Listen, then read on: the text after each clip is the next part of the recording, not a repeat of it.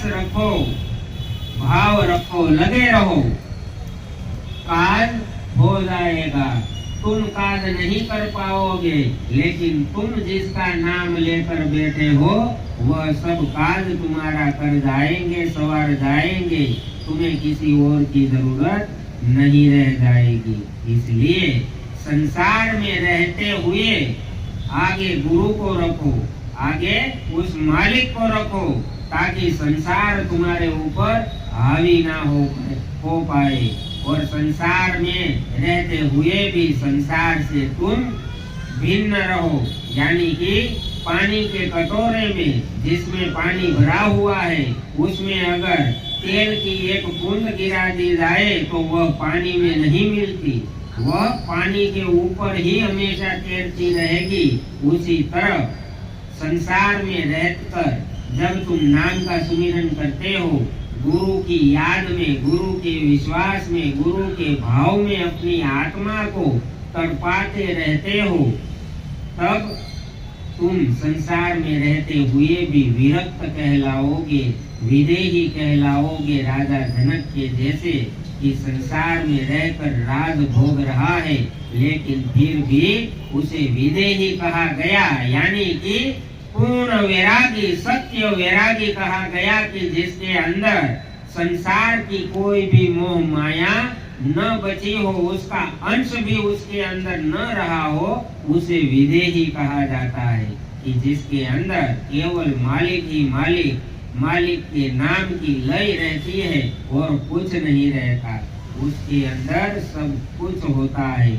वह भले ही दिखने में, नजर में तुम्हें खाली नजर आए कि यह तो पागल है, क्योंकि भक्तों को हमेशा पागल ही कहा गया।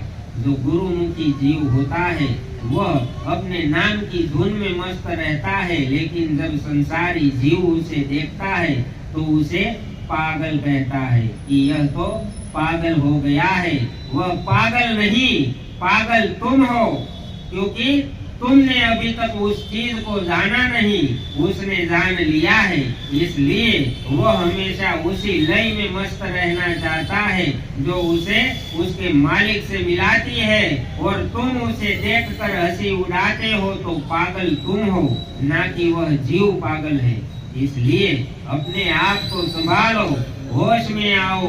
जोश में रहकर तुम अपना होश खो देते हो, इसलिए अपने जोश को संभालो तो होश अपने आप रहेगा, और होश रहेगा तो सत्य की पहचान होने में देर नहीं लगेगी, विश्वास जमाने में देर नहीं लगेगी। इसलिए सब कुछ जानने के बाद भी जो चुप रहता है उसे साध कहते हैं।